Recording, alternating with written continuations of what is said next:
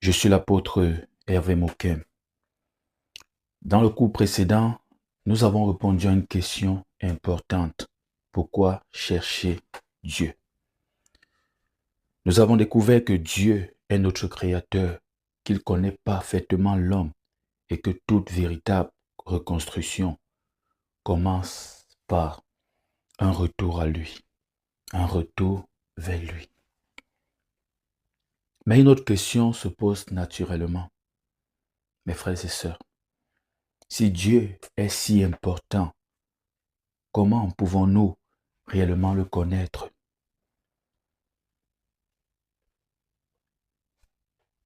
La réponse se trouve dans la Bible. La réponse de la Bible est claire. Dieu s'est révélé aux hommes en Jésus-Christ. Retiens ceci. Dieu s'est révélé aux hommes en Jésus-Christ. Parmi tous les hommes que la terre a connus, aucun n'a marqué l'histoire comme Jésus. On a eu des rois puissants, mais ils n'ont pas marqué l'histoire comme Jésus. Les empereurs ont conquis des nations. Les philosophes ont influencé des générations. Les scientifiques ont transformé le monde. Les musiciens ont chanté. Pourtant, aucun nom n'a traversé les siècles comme celui de Jésus. Les calendriers ont été construits autour de sa venue. Tel nombre d'années avant Jésus-Christ.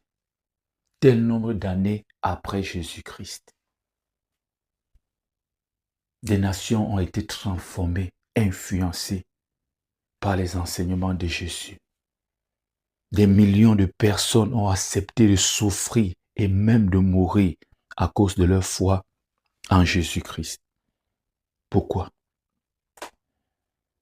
Pourquoi? Point d'interrogation. Parce que Jésus n'est pas simplement un homme parmi les hommes. Jésus n'est pas simplement un prophète.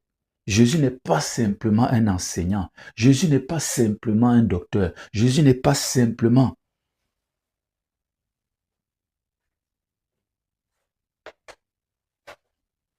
Tu comprends? Jésus n'est pas simplement.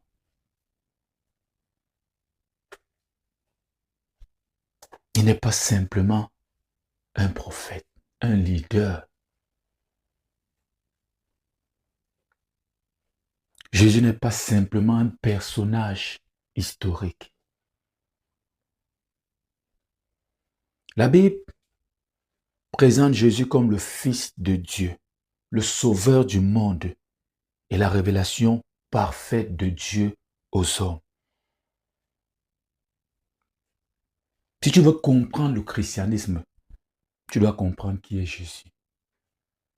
Si tu ne comprends pas qui est Jésus, tu n'as pas compris le christianisme.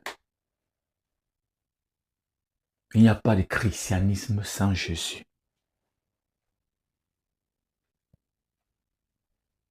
Si tu veux comprendre le plan de Dieu pour l'humanité, tu dois comprendre qui est Jésus. Et pour comprendre Jésus, nous devons remonter jusqu'au commencement. La Bible. La Bible. Lorsque Dieu créa Adam et Ève, il les plaça dans un monde parfait. Adam et Ève vivaient dans la présence de Dieu. Ils avaient une communion directe avec Dieu. Mais ils ont désobéi à Dieu. Le péché est entré dans le monde. La relation entre Dieu et l'homme, la relation entre Dieu et l'homme a été brisée. La souffrance s'est installée. La mort est entrée dans l'humanité.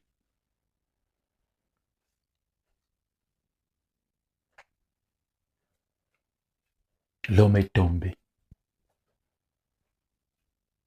Il y a une séparation. Ce qu'on appelle la mort spirituelle, une séparation d'avec Dieu.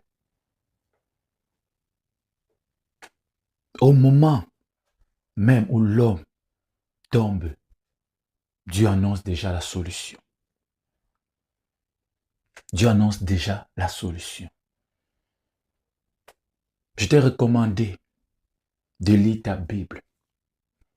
De lire ta Bible pour bien suivre, pour bien comprendre cette formation. Il faut lire ta Bible. Il faut avoir une Bible et il faut ouvrir cette Bible pour lire. Lisons ensemble une portion des Écritures. Genèse chapitre 3, verset 15. Genèse, c'est le premier livre de la Bible.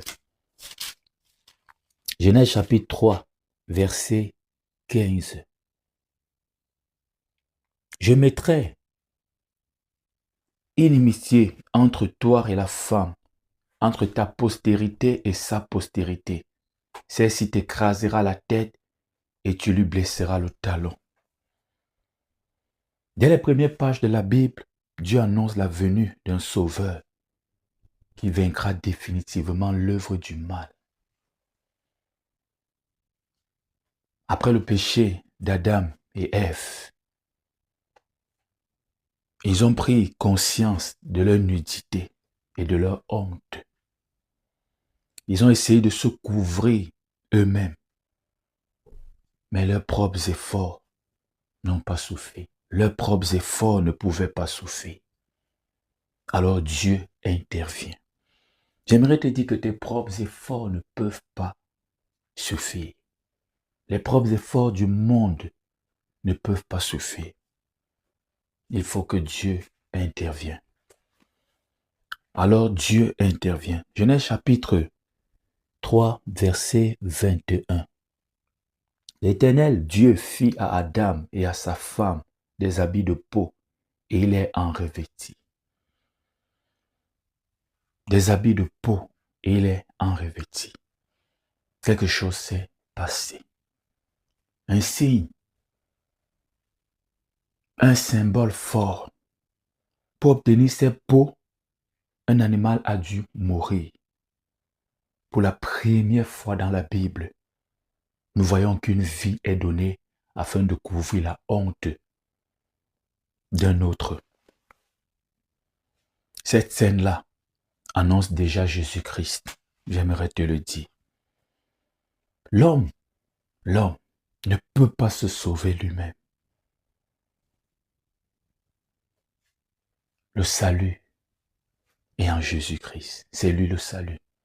Dieu préparera lui-même le salut. Dans ce processus-là, c'est Dieu lui-même qui prépare le salut. Jésus-Christ n'est pas apparu dans le Nouveau Testament, non. Au fil des siècles, Dieu continue d'annoncer son Sauveur. Mais un autre exemple, un autre cas. Un jour, Dieu demande à Abraham d'offrir son fils Isaac. Isaac, c'est l'enfant qu'Abraham a attendu longtemps, l'enfant de la promesse. L'enfant unique, le fils unique qu'Abraham a eu avec Sarah.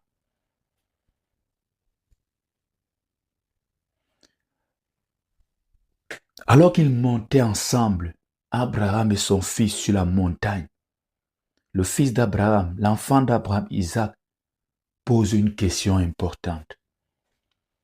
Lisons Genèse chapitre 22, versets 7 à 8. Genèse chapitre 22, versets 7 à 8. Je lis. Alors, Isaac parla à Abraham son père,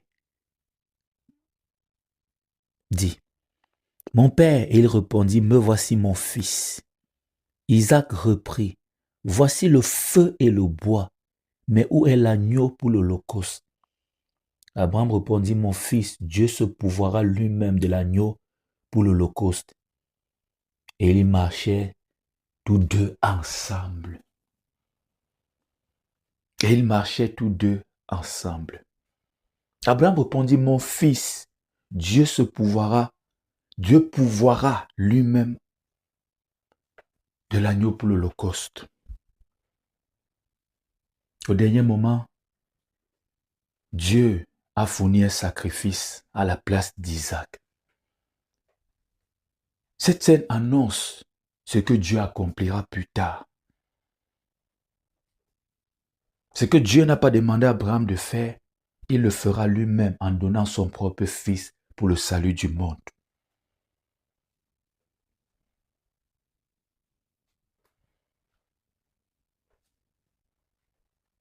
Isaac, le fils d'Abraham, voici le bois et le feu et le bois. Mais où est le sacrifice? Où est l'agneau? Abraham dit que Dieu pourvoira lui-même.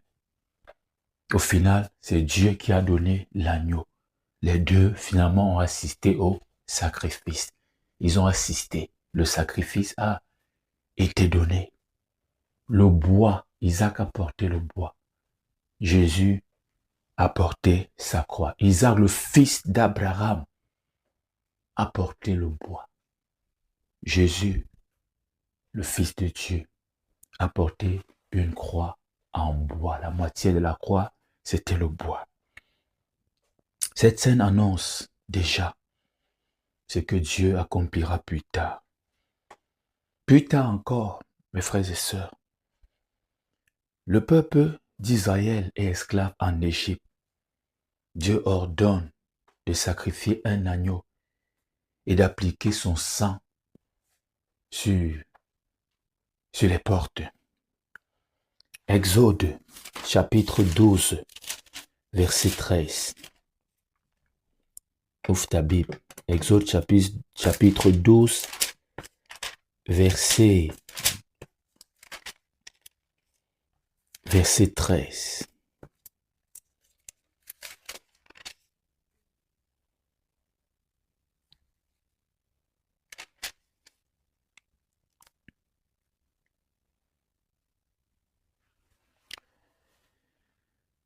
Ok, on va lire.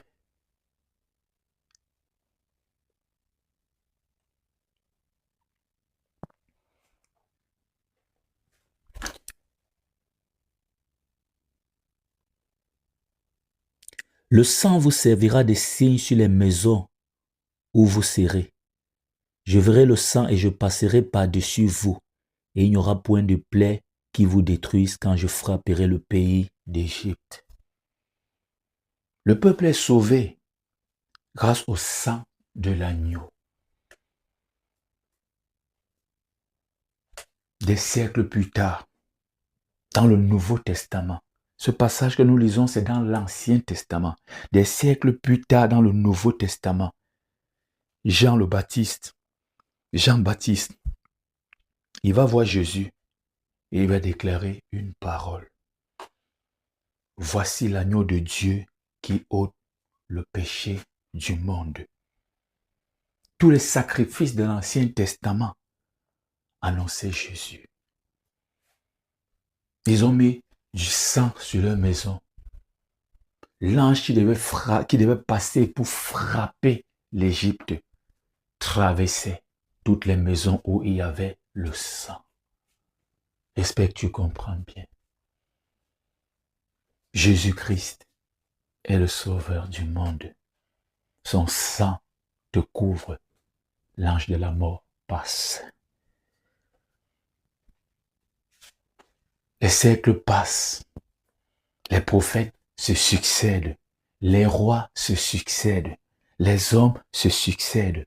Et Dieu continue de parler de celui qui doit venir.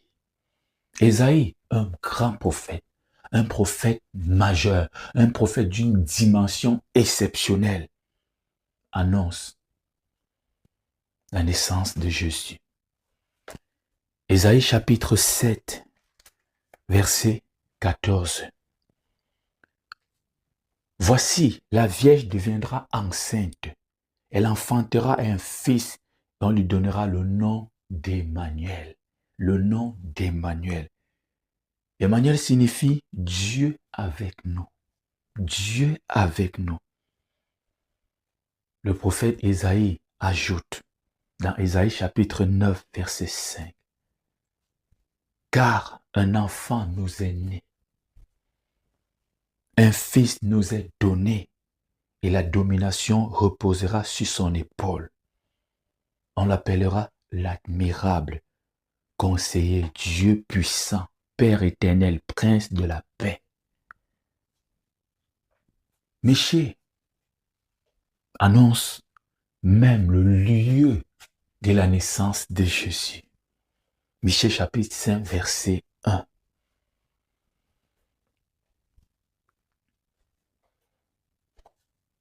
Et toi, Bethléem, Ephrata, petite entre des milliers de Juda, de toi sortira pour moi celui qui dominera sur Israël.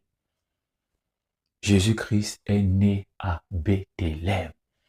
Il n'est pas né à Nazareth, il a grandi à Nazareth, il est né à Bethléem. David, le roi, le plus grand roi d'Israël, parle également de Jésus, parle également de lui. Dans le psaume 110, au premier verset, où on va dire tout simplement, dans le psaume 110,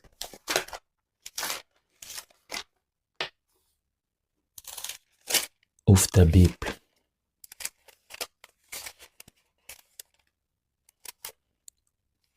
Il faut aller à ton rythme, hein. Si on parle d'un verset biblique, tu peux mettre pause et tu cherches le verset et après tu réactives l'audio, tu continues d'écouter. Psaume 110, psaume de David. Parole de l'Éternel à mon Seigneur.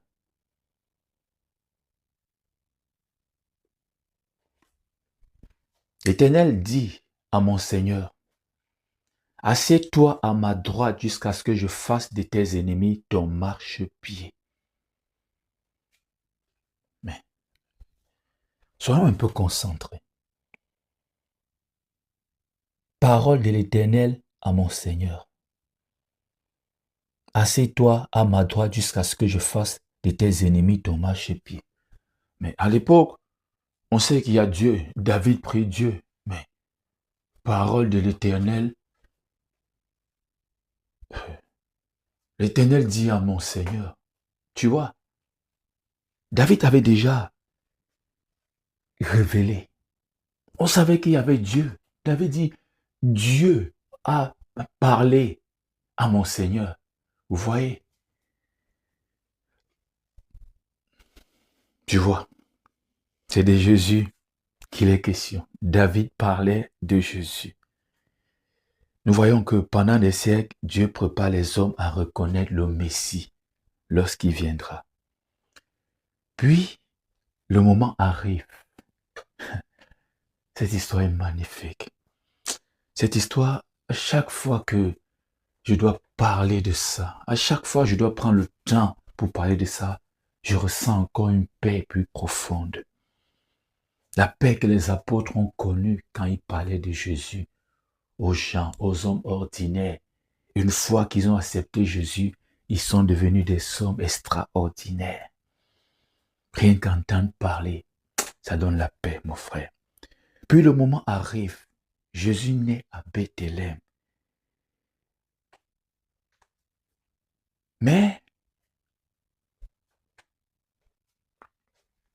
l'apôtre Jean va dire, au commencement était la parole, et la parole était avec Dieu, et la parole était Dieu. Puis Jean ajoute, et la parole a été faite chair, elle a habité parmi nous, pleine de grâce et de vérité. Tu peux consulter tout cela dans Jean chapitre 1.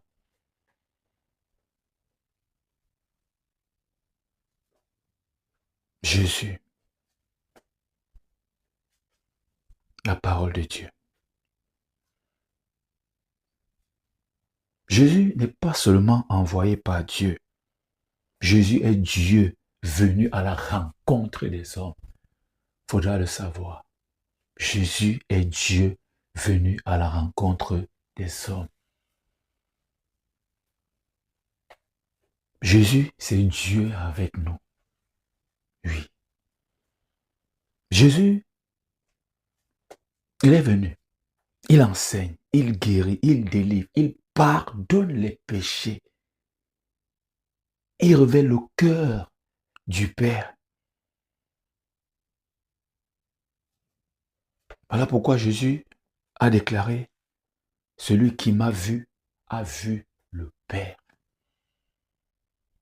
Si tu connais Jésus, tu connais Dieu. Tu as vu Jésus, tu as vu Dieu. À travers Jésus, les hommes découvrent réellement qui est Dieu. Mais j'aimerais te dire que Jésus n'est pas venu simplement pour enseigner. Non. Il n'est pas venu simplement pour enseigner. Il est venu pour accomplir le plan du salut. Et c'est ça qui est véritablement important. L'enseignement qu'il a donné, tout ce qu'il a fait est important. Les hommes ont enseigné des choses très importantes. Nous avons des prophètes, on a des juges, on a connu des rois. Jésus est venu accomplir le plan de Dieu. Le prophète Isaïe, un prophète majeur, un très grand prophète, l'avait annoncé plusieurs siècles auparavant. Mais il a été blessé pour nos péchés, brisé pour nos iniquités. Le châtiment qui nous donne la paix est tombé sur lui et c'est par ses maîtres sûrs que nous sommes guéris. Isaïe chapitre 53, verset 5.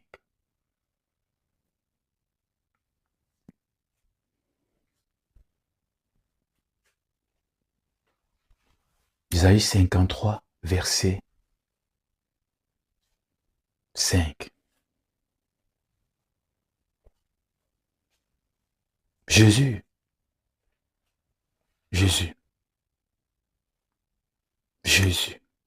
retiens, Jésus,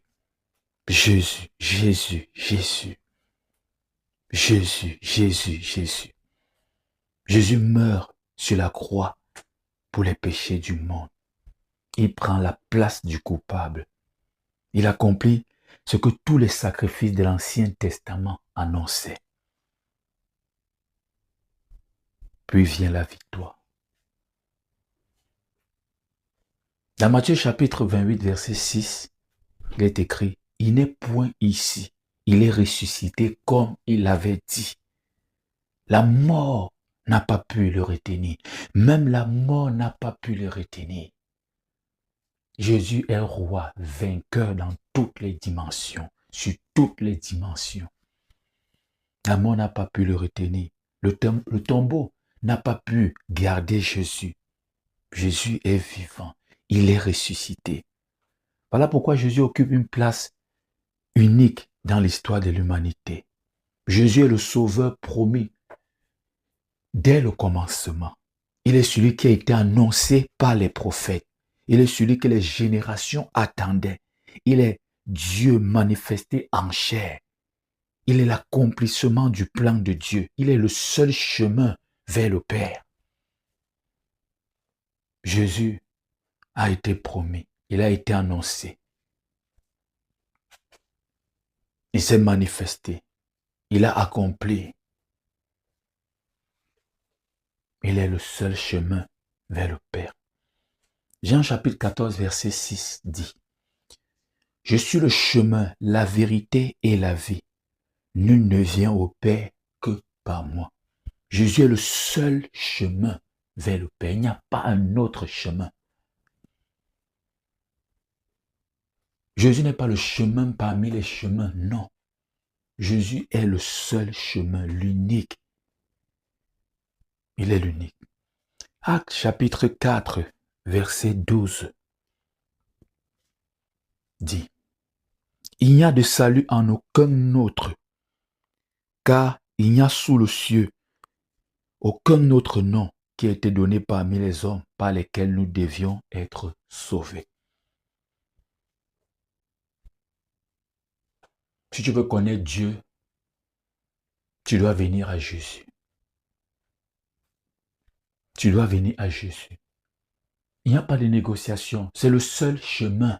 Il n'est pas un chemin parmi les chemins. Il est l'unique chemin. Si une personne est en train de passer par un autre chemin pour chercher Dieu, ce n'est pas Dieu que la personne cherche. Parce que pour trouver Dieu, il faut passer par le chemin. Et le chemin, c'est Jésus-Christ. Si tu veux comprendre le plan de Dieu, tu dois regarder à Jésus. Si nous voulons être sauvés, nous devons recevoir Jésus-Christ. Toute la Bible conduit à Jésus. Toute la Bible, du début jusqu'à la fin, conduit à Jésus. Toutes les promesses de Dieu trouvent leur accomplissement en lui, en Jésus. Toutes les espérances du peuple de Dieu convergent vers lui. Jésus-Christ est le centre du plan de Dieu pour l'humanité. Jésus-Christ. Il a vécu sans péché. Non, il n'a pas péché. Il n'a pas vécu dans un monde à part. Il a vécu comme toi tu es en train de vivre. Il y avait l'injustice autour. Mais il n'a pas péché. Il a guéri. Il a pardonné. Il a restauré. Il a conduit. Il a enseigné. Jésus. Il s'est donné. Jésus.